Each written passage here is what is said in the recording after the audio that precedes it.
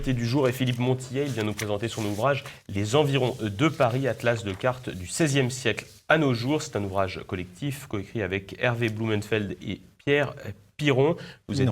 Pinon, pardon. Vous êtes historien et juriste de formation également. Comment vous est venue l'idée à vous et à vos acolytes d'écrire cet ouvrage ? Eh bien, effectivement, je suis juriste et historien, et plus exactement, j'ai fait beaucoup d'études d'histoire du droit. Donc, ce qui m'a toujours intéressé, ce sont les institutions. Et des institutions, je suis passé au territoire, puisque j'ai travaillé pendant de nombreuses années pour la région Île-de-France et pour son institut d'aménagement et d'urbanisme. Alors, les autres co-auteurs de ce livre, Hervé Blumenfeld est lui aussi un ancien de l'Institut d'aménagement et d'urbanisme, donc qui a été, comme moi, et même avant moi, parce qu'il est un peu plus âgé que moi, habitué à travailler sur les cartes, car lorsque l'on étudie un territoire, l'intérêt c'est de savoir comment il a été représenté à travers les différentes époques et donc comment on peut le faire évoluer. Et puis Pierre Pinon, lui, c'est un historien de Paris et de la région parisienne bien connu qui a écrit plusieurs ouvrages sur Paris et qui avait publié chez ce même éditeur un atlas des cartes de Paris. Et donc l'idée a été d'étendre, puisque Paris, pour beaucoup, est hors de Paris.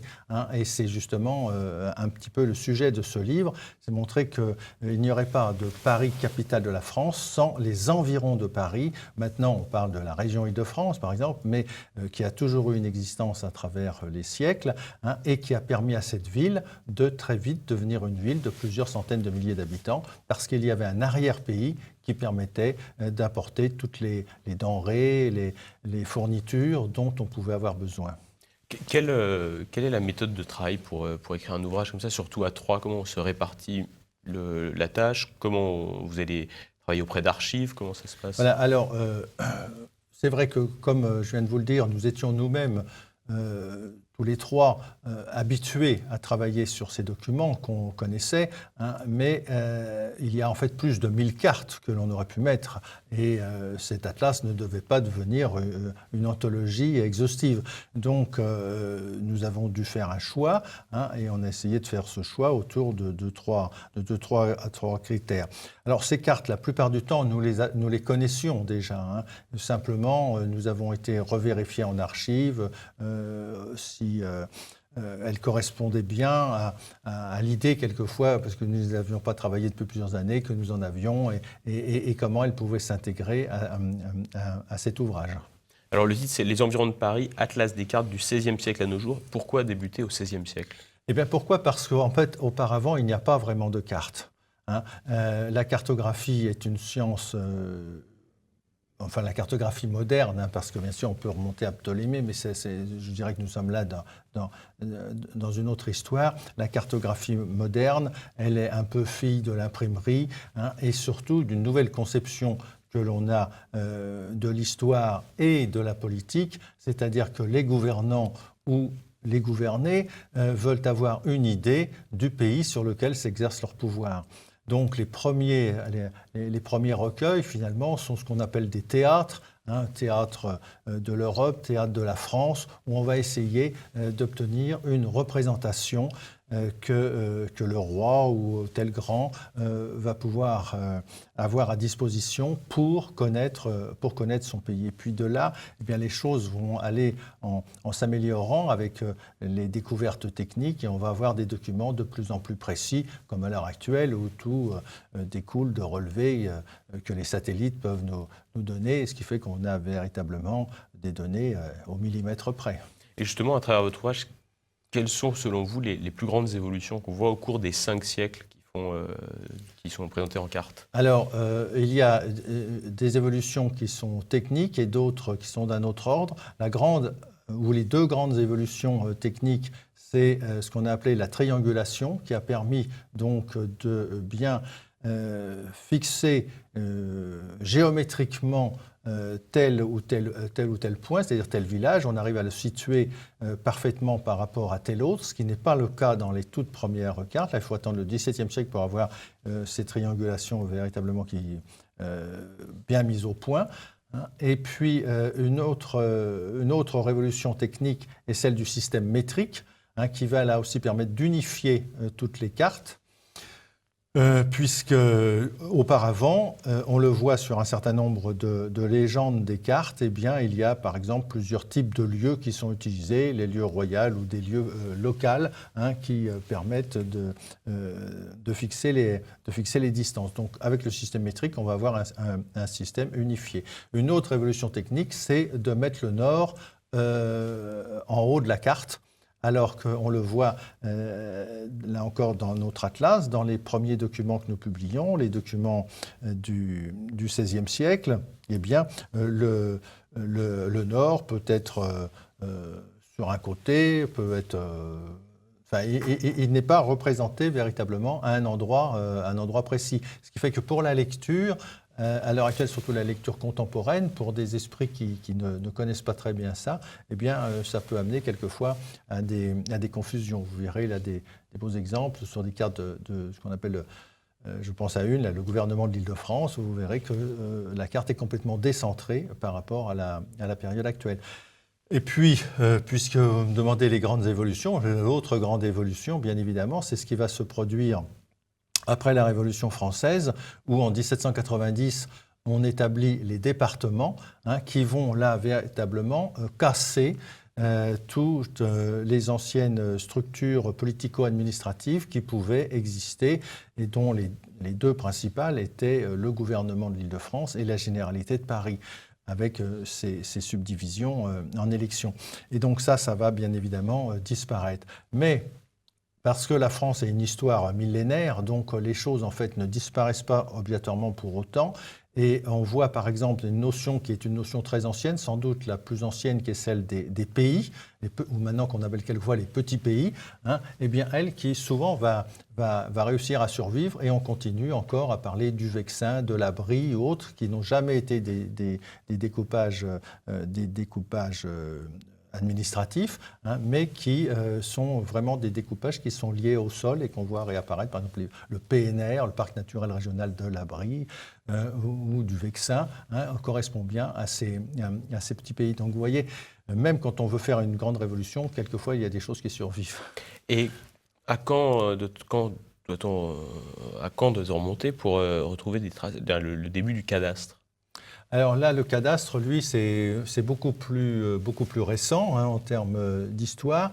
Il y a eu des essais de cadastre à la fin de l'Ancien Régime, au moment où le gouvernement royal voulait faire une grande révolution fiscale et donc pouvoir imposer les gens par rapport à leurs revenus. En fait, c'était déjà l'ancêtre, plus ou moins, d'une sorte d'impôt sur le revenu, même si le terme ne s'employait pas. Et à ce moment-là, l'intendant de Paris donc, a fait établir par des géomètres les relevés paroisse par paroisse de la richesse de ces paroisses.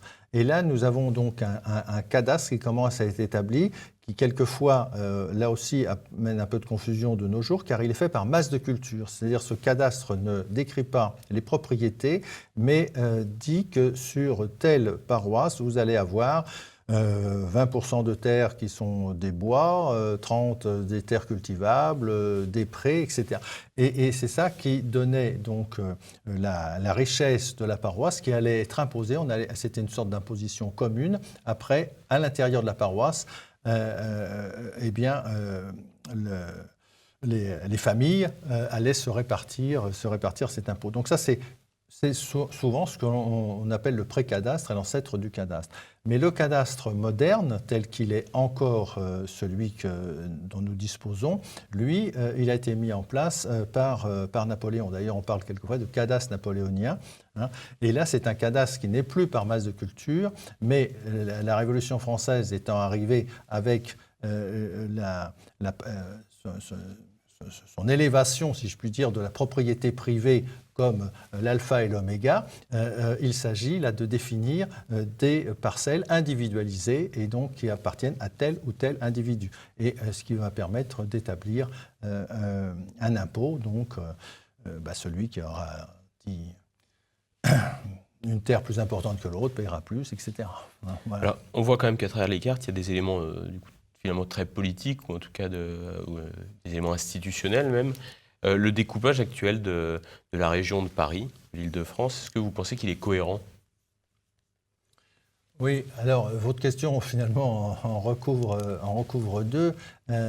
C'est vrai que sur les cartes, ce que l'on voit, c'est que vous avez deux ou trois types de cartes. C'est-à-dire, il y a des cartes qui, pour moi, sont des cartes assez fonctionnelles, qui correspondent plutôt à ce qu'on pourrait appeler, en paraphrasant d'autres choses, le pays réel, c'est-à-dire qui là vont décrire les rivières, vont décrire, ou des cartes topographiques, on va placer tous les villages, tous les domaines, etc. Puis ensuite les routes, les voies de chemin de fer, donc des cartes très très fonctionnelles. Et puis à côté de ça, vous avez effectivement les cartes qui, elles, sont des cartes administratives et politiques et qui vont définir des lieux de pouvoir. Donc les deux que je citais tout à l'heure, le gouvernement, par exemple, qui est un lieu de pouvoir militaire, qui est là pour protéger Paris à partir du moment où Paris n'a plus, avec Louis XIV, supprime, vous savez, les remparts de Paris, donc il faut défendre Paris autour, et donc le gouvernement militaire va avoir une grande importance, et sur ces cartes, on voit par exemple les villes fortifiées qui sont clairement définies. Donc là, des cartes vraiment administratives et qui servent le pouvoir, et puis la grande carte administrative, c'est la carte de la Généralité de Paris. Qui, elle, a tout à fait un autre but. La Généralité, c'est le territoire utile à Paris, mais pour la population de Paris, pour l'alimenter, pour lui donner la métallurgie dont elle a besoin, le bois dont elle a besoin pour se chauffer, le blé dont elle a besoin pour se nourrir, etc. Et donc, cette généralité va en fait avoir un ressort qui va être extrêmement vaste et qui va descendre quasiment jusqu'au centre de la France. Vézelay et le début du Nivernais font partie de cette Généralité de Paris.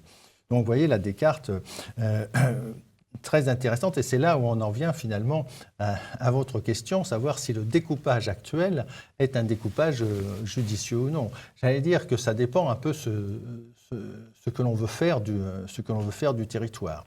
Et on voit actuellement finalement qu'il y a deux philosophies qui se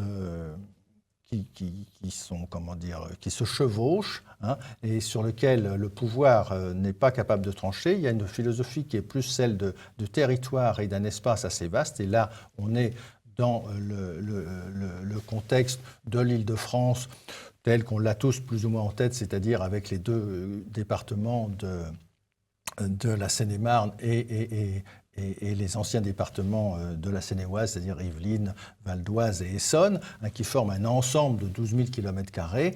On voit là un territoire vaste, c'est-à-dire qui est à la fois urbain et à la fois rural.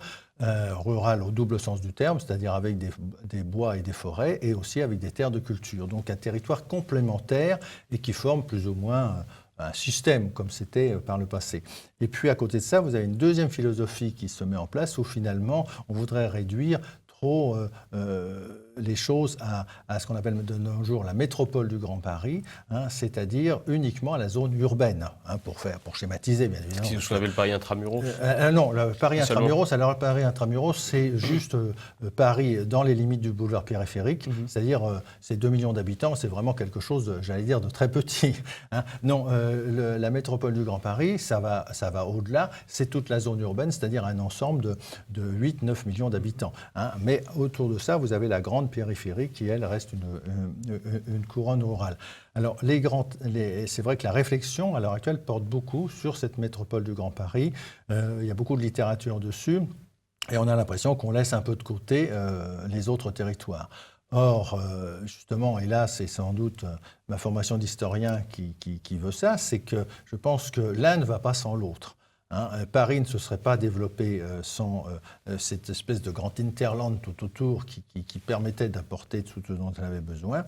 Et puis, toutes ces communes autour, anciennes paroisses, elles avaient besoin de Paris pour vendre leur excédent et pour vendre tous les produits qu'elles pouvaient produire. Donc je pense qu'il ne faut pas avoir une vision trop malthusienne du territoire. Je suis, moi, pour une vision large du territoire. Et justement, c'est un peu cette vision que nous enseigne l'histoire.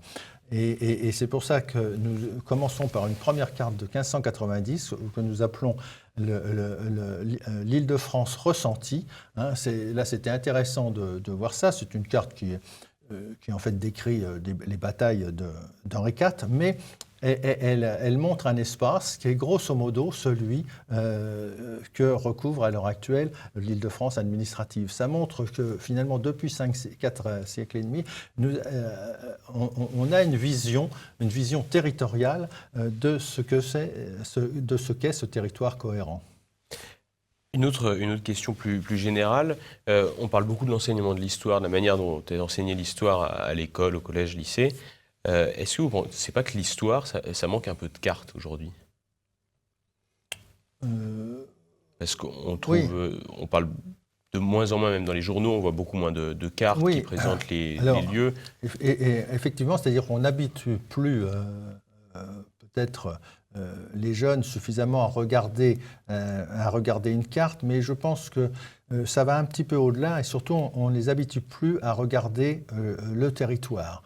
Et vous voyez, moi j'ai moi-même quand même quelquefois à faire des conférences dans des écoles et je ne faisais pas ça sur place, c'est-à-dire dans l'école, mais en allant, vous voyez, sur le terrain. Et je trouve que c'est beaucoup plus simple lorsqu'on parle d'une bataille ou lorsqu'on parle d'autre chose, ou par exemple lorsqu'on parle d'un fief féodal. Ça, c'est quelque chose que j'ai fait très souvent. J'emmenais les gens faire le tour du fief pour qu'ils comprennent que c'était finalement quelque chose d'assez petit. Hein. C'est de l'ordre d'un domaine agricole actuel. Vous voyez, ça, je crois que c'est très important d'avoir cette approche avec le concret. Hein. Alors, c'est vrai que les cartes peuvent le donner, mais encore faut-il savoir lire les cartes. Et vous savez que très souvent, on dit que les Français ne sont pas très habiles devant les cartes, même les cartes routières. Que de fois, les gens vont à gauche alors que la carte leur dit d'aller à droite. Voilà. Et alors, les choses risquent de ne pas s'améliorer avec ce qu'on appelle à l'heure actuelle la cartographie moderne, mais qui pour moi n'est pas la cartographie, hein, qui est tous les GPS et tout ça, qui en fait peuvent donner effectivement des informations, mais qui ne donnent plus cette idée de l'espace dans lequel on doit se mouvoir. Hein. On vous dit de tourner à gauche, tourner à droite, etc. Mais moi, je préfère quand on voit ça sur un beau plan, sur une carte, où là, on comprend par rapport, entre autres, aux autres villes qu'il peut y avoir autour. Et si vous regardez une carte, vous pouvez avoir envie d'aller voir une ville que le GPS jamais ne vous indiquera parce qu'elle est à 2,5 km et qu'il va vous indiquer le chemin par 2 km. Voilà. Merci beaucoup. Donc, si les Français veulent en savoir plus sur les cartes, et notamment celle de Paris, les environs de Paris. Voilà, celle de Paris et des environs. Je crois que c'est très important d'avoir cette notion en tête. Aux éditions Carré. Aux éditions Carré, hein, qui fait partie du groupe La Découverte. Merci beaucoup. Je vous en prie.